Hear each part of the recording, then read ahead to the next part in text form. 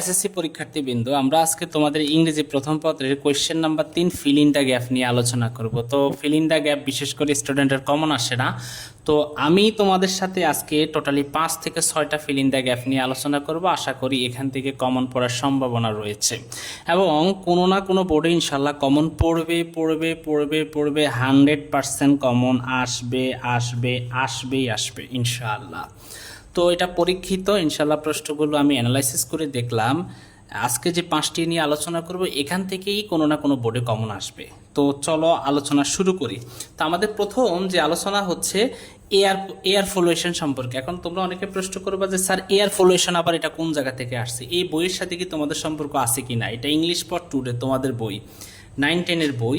তো এইখানে তুমি দেখো আমাদের যে ইউনিটগুলো আছে সেই ইউনিটগুলোর মধ্যে 2 নাম্বার ইউনিটে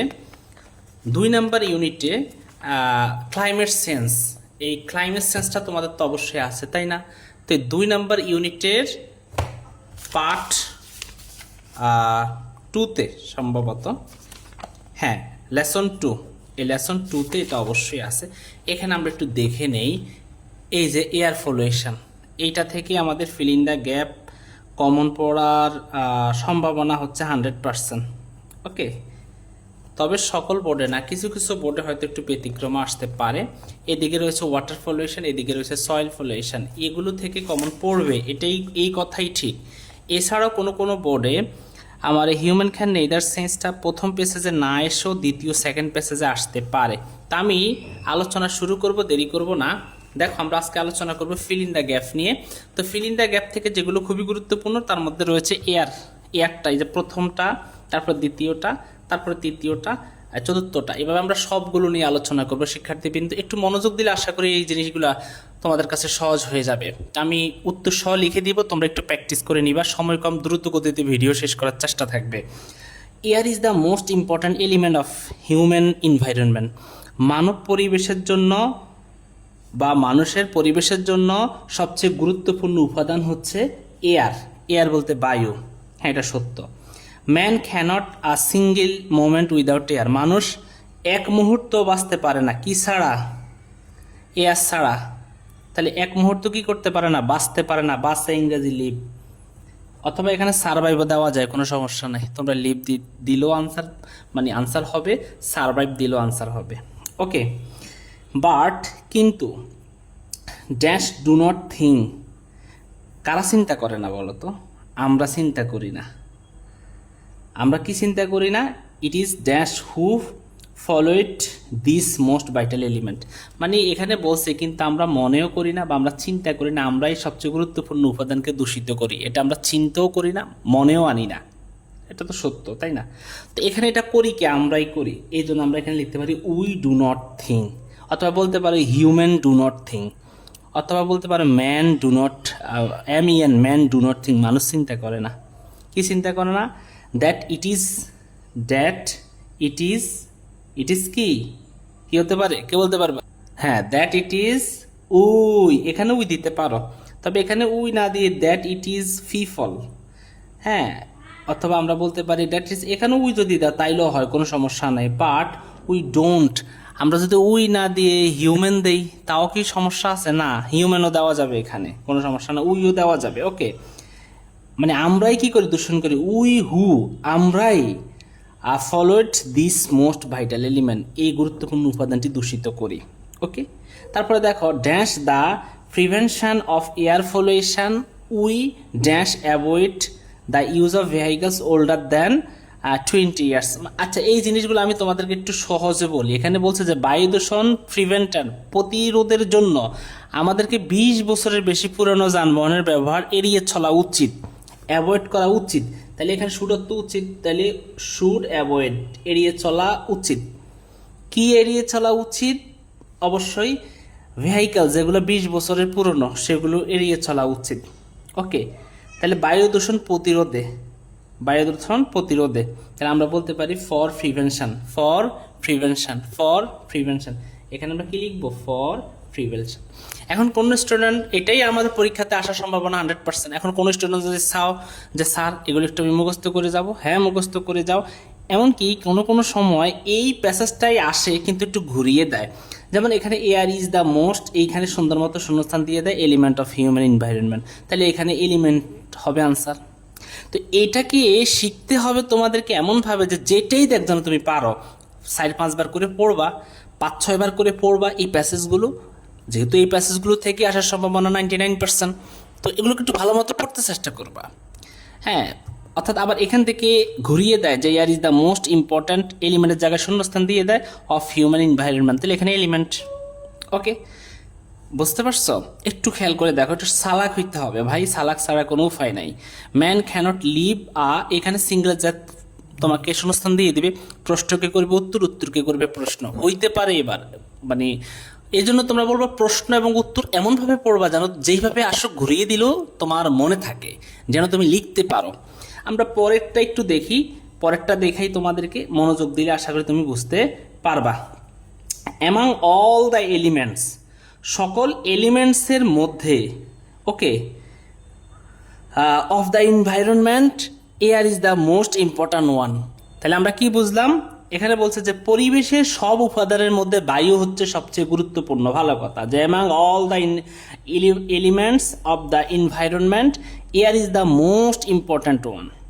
ওকে, উই ক্যানট, আবারও ঠিক এখানে যদি তুমি উই ক্যানট লিভ দাও, সারভাইভ দাও, কোনো সমস্যা নাই। We cannot live a single moment without it, আমরা এক মুহূর্ত বায়ু ছাড়া বাঁচতে পারি না, এটা ছাড়া আমরা বাঁচতে পারি না। আনফর্চুনেটলি, দুর্ভাগ্যবশত বা দুর্ভাগ্যজনক, দিস ভাইটাল এলিমেন্ট, এই গুরুত্বপূর্ণ এলিমেন্ট, দেখো এখানে this vital element, vital element, okay, এই গুরুত্বপূর্ণ এলিমেন্ট, আবার এখানে দেখো তো ইম্পর্ট্যান্ট এলিমেন্ট, তার মানে ইম্পর্ট্যান্ট মানে ভাইটাল, ভাইটাল মানে ইম্পর্ট্যান্ট, এটা মানে গুরুত্বপূর্ণ, গুরুত্বপূর্ণ মানে এটা, বুঝতে পারছো?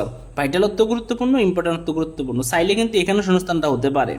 ওকে, this vital element is continuously dash followed in many wedge.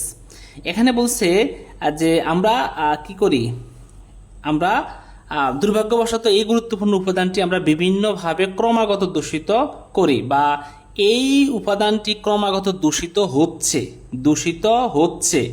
তাইলে দূষিত হচ্ছে, হওয়া ইংরেজি হচ্ছে ভিং, হওয়া ইংরেজি কি ভিং বা getting.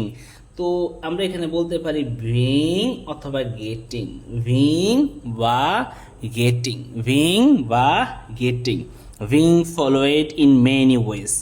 Our dash activities are mainly responsible for it. তো আমাদের কি মানবীয় কার্যকলাপই মূলত এটার জন্য দায়ী। তাহলে এটার জন্য কারা দায়ী? আমরাই দায়ী। এটার জন্য কে দায়ী? হিউম্যানে দায়ী। তাহলে আমাদের ঘৃণিত অ্যাক্টিভিটিস, তাহলে আমরা বলতে পারি হেইনাস অ্যাক্টিভিটিস, হেইনাস অর্থ ঘৃণিত, আমাদের যে হেইনাস অ্যাক্টিভিটিস, ঘৃণিত অ্যাক্টিভিটিস, খারাপ অ্যাক্টিভিটিস, এই খারাপ অ্যাক্টিভিটিসই কিন্তু এটার জন্য দায়ী।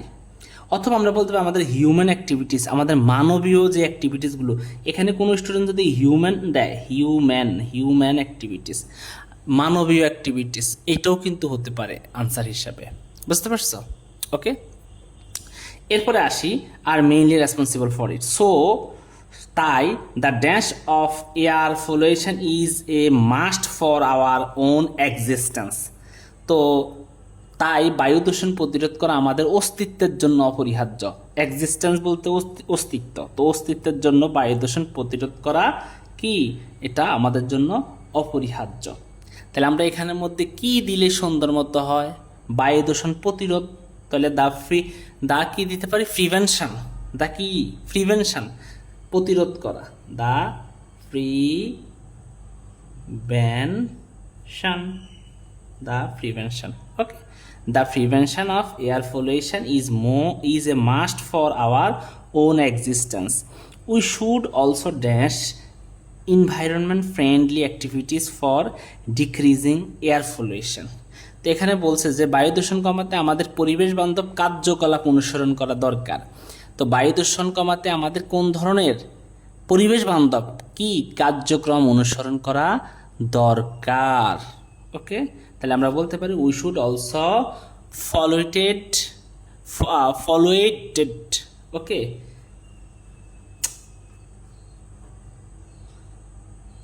হ্যাঁ,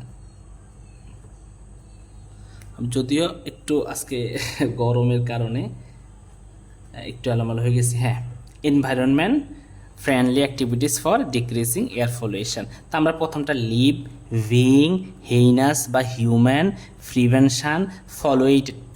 হ্যাঁ, তো আমরা মোটামুটি এটা জানলাম, বুঝলাম, শিখলাম। শিক্ষার্থীবৃন্দ, তোমরা দেখতে যদি অসুবিধা, আমি আবার একটু উপরের দিকে উঠাই দিচ্ছি। আচ্ছা, 3 নাম্বারটা একটু দেখো। এই 3 নাম্বারটাও খুবই গুরুত্বপূর্ণ, এয়ারের উপরে দিছি। এয়ারটা খুব এত বেশি গুরুত্বপূর্ণ যে এয়ার পলিউশন মিনস, বায়ু দূষণ মানে কি, the ways in which the air is followed. অর্থাৎ বায়ু দূষণ বলতে আমরা যেসব উপায়ে দূষিত হয় তাকেই কিন্তু বুঝি, তাই না? Air is the most important, এই যে আবার দেখো মোস্ট ইম্পর্ট্যান্ট এলিমেন্ট, তাহলে কি লিখবো এখানে এলিমেন্ট, দেখছো আবার ঘুরে গেড়ে কিন্তু প্রশ্নটা আবার এইভাবে আসছে, element of human environment. Man can not live, এই দেখছো না, আবার লিভ এ সিঙ্গেল মোমেন্ট, দেখছো সিঙ্গেল মোমেন্ট, আমাদের এখন মুখস্থের মতো হয়ে গেছে। এই যে দেখো আবার সিঙ্গেল মোমেন্ট, দেখতে পারছো? তো এইখানে প্রশ্ন হয়ে যায় উত্তর হয়ে যায় প্রশ্নের জন্য আমরা 3টা সেট এখানে এই প্রশ্নটা দিয়েছি। এই 3টা সেটের যে কোনো একটা সেট কমন আসবে। প্রশ্ন পরীক্ষা দিয়ে হল থেকে বাইরে হওয়ার পরেই দেখবা মিলাইয়া নিবা আমার সাথে যে স্যার আসলো তো আসছে, ইনশাল্লাহ যে কোনো বোর্ডে আসবে। তো এরপরে আসি, without air but we don't think that it is dash who followed this most vital substance. Okay, তো এখানের মধ্যে বলছে যে কিন্তু আমরা মনে করি না যে আমরা এই গুরুত্বপূর্ণ উপাদানটিকে দূষিত করি।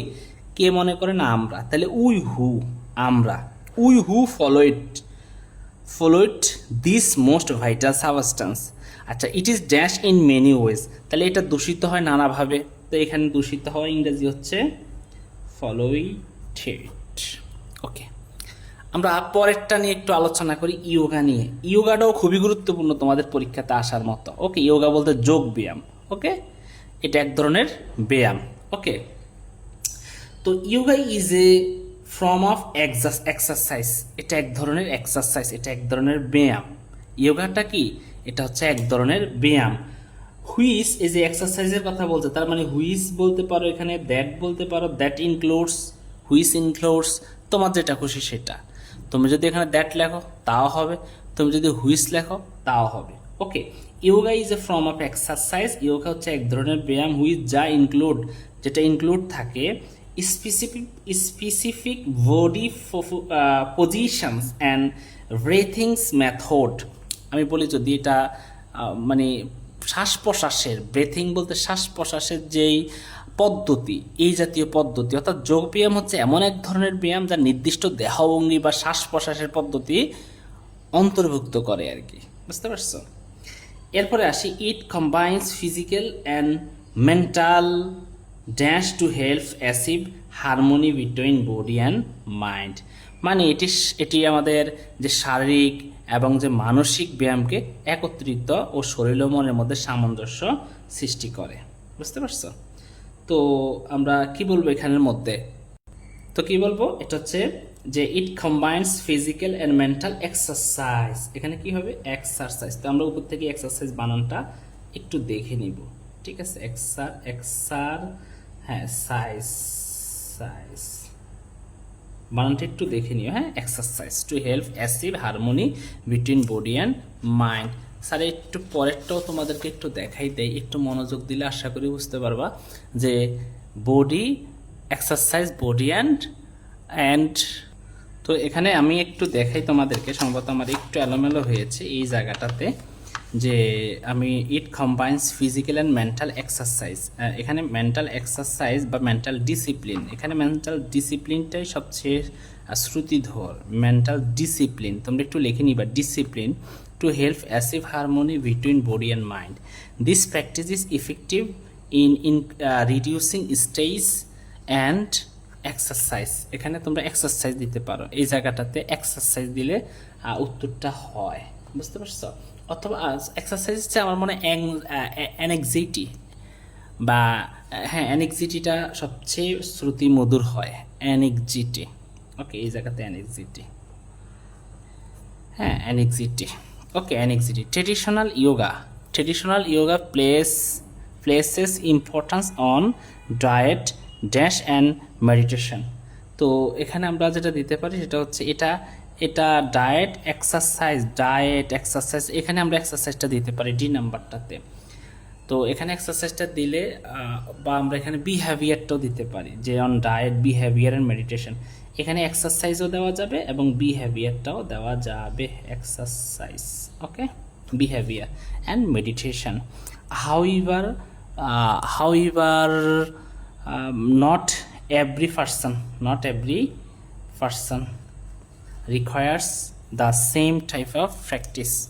আচ্ছা, তো ওটা তোমরা পড়ে নিও, তারপরে আমি এই দুইটা শেষ করে দিব, ভিডিও বড় করব না, অযাচিত মনোযোগ দিলে আশা করি সময় বেশি লাগবে না। যদি তোমরা একটু মনোযোগ দিয়ে পড়ো, মনোযোগ দিয়ে দেখো, আশা করি এত সময়ও লাগবে না, বুঝতে সুবিধা হবে। এবং আমি যে উত্তরগুলো দিচ্ছি এবং আমি এগুলো ছবি তুলে তোমাদেরকে দিব, পিডিএফটা দিয়ে দিব, সেখান থেকে আরও সুন্দর মতো এটা দেখবা। এই কয়েকটা দেখার বিকল্প নাই, বুঝতে পারছো? আচ্ছা, মনোযোগ দাও, মনোযোগ দিলে এই অংশটা তোমরা বুঝতে পারবে যে water is all around us. পানি আমাদের চারপাশে রয়েছে। কি? Water is all around us, পানি আমাদের চারপাশে রয়েছে। Everything on the planet needs water to survive, মানে পৃথিবীর সব কিছু বেঁচে থাকার জন্য পানির প্রয়োজন। It is really to our lives, হ্যাঁ, এটি আমাদের জীবনের জন্য অত্যন্ত গুরুত্বপূর্ণ, এটা আমাদের জীবনের জন্য অত্যন্ত বেশি গুরুত্বপূর্ণ। It is really essential, it is really vital. কি ভাইটাল দিলে হয় না? ভাইটাল অত্যন্ত গুরুত্বপূর্ণ, তাই না? তাহলে it is really vital to our lives, এটা আমাদের বেঁচে থাকার জন্য অত্যন্ত গুরুত্বপূর্ণ। বাট কিন্তু ওয়াটার ইজ বিং পলিউটেড, কিন্তু পানি কি হচ্ছে? দূষিত হচ্ছে। ইন ডিফারেন্ট ওয়েস, নানাভাবে পানি দূষিত হচ্ছে। People do unwise work and pollute water, এখানে বলছে যে মানুষ অসচেতনভাবে কাজ করে পানি দূষণ করে। ওকে, টু সেভ আওয়ার সেলফ, আমাদের নিজেদেরকে বাঁচাতে উই মাস্ট টেক, আমাদেরকে অবশ্যই টেকের পরে আমাদের কি নিতে, টেকের সাথে আমরা অ্যাকশন নিতে পারি। টেক অ্যাকশন নেওয়া যেতে পারে, ওকে, বা টেক স্টেপ নেওয়া যেতে পারে। তুমি যদি এখানে স্টেপস দাও, টেক অ্যাকশনস অথবা টেক স্টেপস যদি দাও তাও তো হয়, তাই না? টু স্টপ ওয়াটার পলিউশন, অর্থাৎ এখানে বলছে যে নিজেদের বাঁচাতে আমাদের পানি দূষণ বন্ধে পদক্ষেপ নিতে হবে। Okay, all walk of people, সকল শ্রেণীর মানুষ শুড বি কেয়ারফুল হয়ে about the use of water, পানির ব্যবহারে অবশ্যই কি হতে হবে? কেয়ারফুল হতে হবে। We should not waste water too, আমাদের উচিত নয় পানি অপচয় করা। All water are in the threat of pollution or already polluted, মানে এখানে বলছে যে আমাদের পানি অপচয় করা কিন্তু উচিত নয়, কিন্তু সব জলাশয় দূষণের ঝুঁকিতে আছে, যা ইতিমধ্যে কিন্তু দূষিত হয়ে যাচ্ছে।